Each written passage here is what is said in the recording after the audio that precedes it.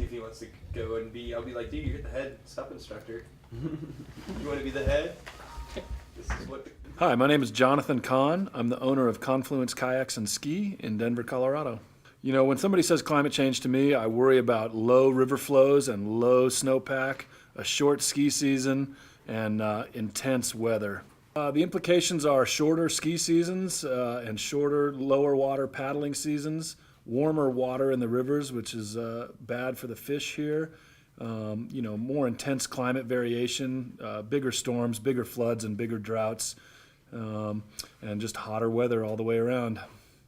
I think paddlers and skiers need to be conscious of the carbon footprint of the choices that they're making. People should seek out quality gear.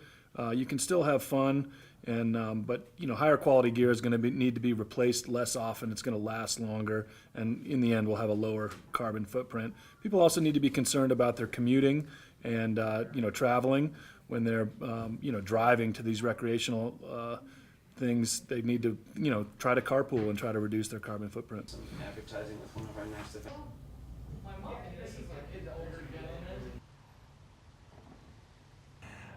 In my home county of Yuma County, Colorado, a county that was once the largest corn-producing county in the nation, a county that enjoyed very predictable weather patterns and a vast ocean of water beneath it to grow corn and wheat and alfalfa, is no longer enjoying that paradigm. We've seen a shift. The Ogallala Aquifer and it is dwindling because it's not being replenished by Mother Nature.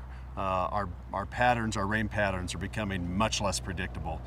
We are right now having to shift away from some very water-intensive crops to those that are much more resilient, and in our way to adapt to this changing climate. And it is a challenge economically because we have an economy that was built around corn production. Agriculture has a unique role in today's climate change debate. Through its terrestrial sequestration and the way we manage our land and our soil carbon and the way we generate our power, America's farms and ranches and rural communities can become America's generator of electrons for a clean energy future that both buoys the rural economies and benefits our nation as a whole. When I hear the words climate change, I think of two words: mitigation and adaptation. Today's agriculture has to deal on a real-time basis, on a daily basis, with our changing climate today. We're having to adapt to this changing world. We're doing that in the way we till our land. We're doing it in the way we choose our crops. We're doing it in the way we manage our crops as they're grown and harvested.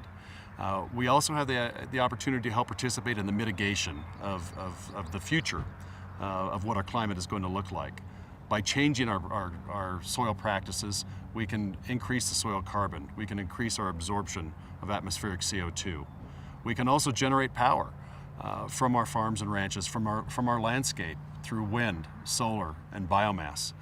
We have some unique opportunities in what is a typically conservative community, one that has been slow to this debate, to step to the table and be an active participant in how we face these challenges as a nation.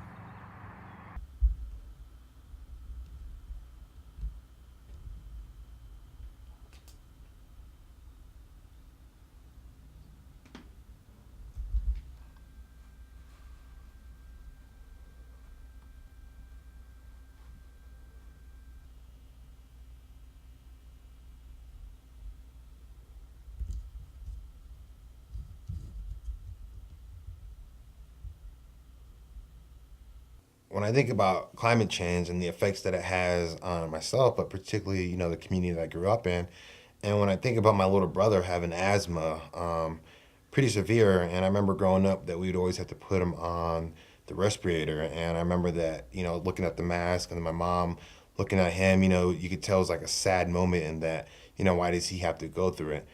And, you know, a lot of people as well, you know, are affected by the pollution, you know, from climate change. And I'm, you know, a lot of my friends that want to play sports and stuff, but they have to use inhalers, or, you know, want to go to the military, but they can't because they have severe asthma, because they can't, you know, meet up to the physical demands and stuff. And I think for us, it's about what can we do to better our daily lives and improving how we live within our environment.